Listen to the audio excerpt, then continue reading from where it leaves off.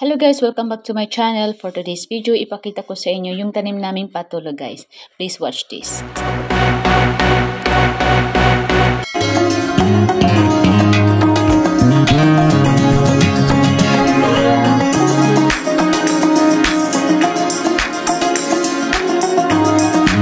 Once again, welcome back to my channel guys. Ito na yung tanim namin ng patola. Yan, dito simula siya at gumapang siya dito sa puno ng lukban guys. Yan. Maliit lang ang lugar namin. Yung bakanting lote dito, hindi namin yun sa amin.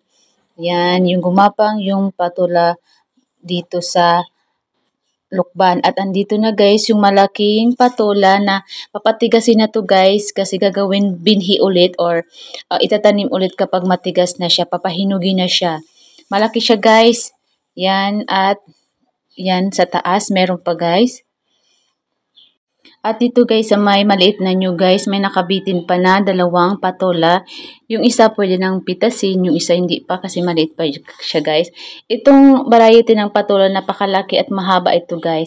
Na tinitingnan nyo guys, marami pang mga bulaklak na pwedeng mabuong patola. Yan guys. Although ito hindi naman talaga siya na tinanim. Yan, nilagay lang talaga, tinapon lang yung buto dito sa bakura niyan. Kaya tumubo. Yan yung katabi yung bahay yun ng tito ni Ish ng anak ko. Yan, yan. Di naman kaganda ng bahay namin guys. Maliit lang yan. Yan lang yung patola na gumapang dito sa puno ng lukban. At sa taas guys, may dalawa pa. Yan, dalawa pa ulit. Napakataas. Kaya nahihirapan kapag kinukuha na siya. Mahirap kapag kinukuha na kasi napakataas. Kailangan sungkitin talaga. At kapag sinusungkit, nasasama yung iba. Ito yung malaking patola. Yan. Itong bakanting lote, isa ibang tao naman to guys, hindi ito sa amin. Kaya medyo madumi dito, makahoy. At nandito na nga yung sa likod namin yung patola. Sa side pala, dito sa overhang. Talagang naging Christmas tree na yung bahay namin sa may side. Kasi gumapang na yung patola. At andito naman guys, 1 month kami bago umuwi. Kaya nakita ko, yan na guys. Gumapang na talaga yung patola dito sa may overhang namin. Pababa na siya dito sa halaman ko. Yan.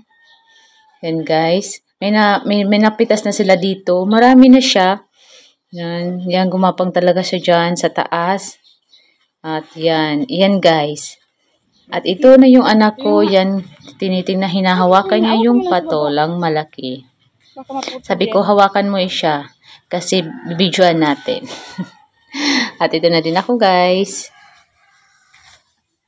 At yan guys, pahawak-hawak lang sa mahabang patola. Mahaba at malaki ito guys. At lalaki pa talaga siya kapag nahinop na siya. At ito sa taas, meron pa pala napakalaking patola. Kagaya ng nasa baba guys. Yan, gagaya na siya ng ganyan. Matigas na yun, kaya hindi na siya pwedeng pitasin at isama sa sinabawan or saan. Kaya yan. Sige. Sige si pa.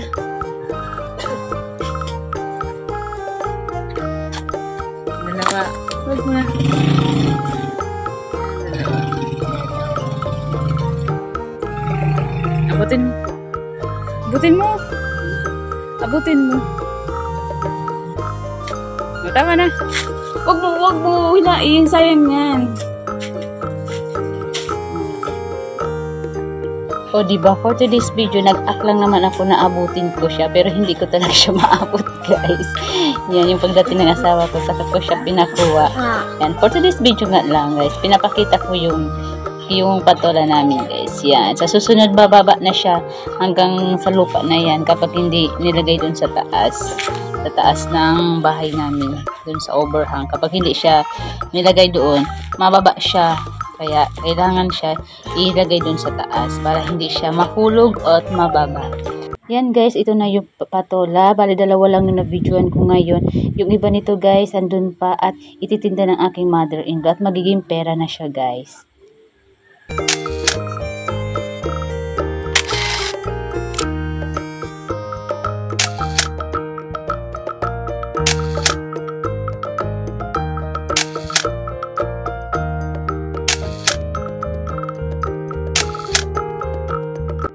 Hanggang dito muna guys. Thank you for watching. Dahil sa Team Academy, sa followers ko, subscribers, viewers. Thank you guys. God bless us all. Thank you ulit.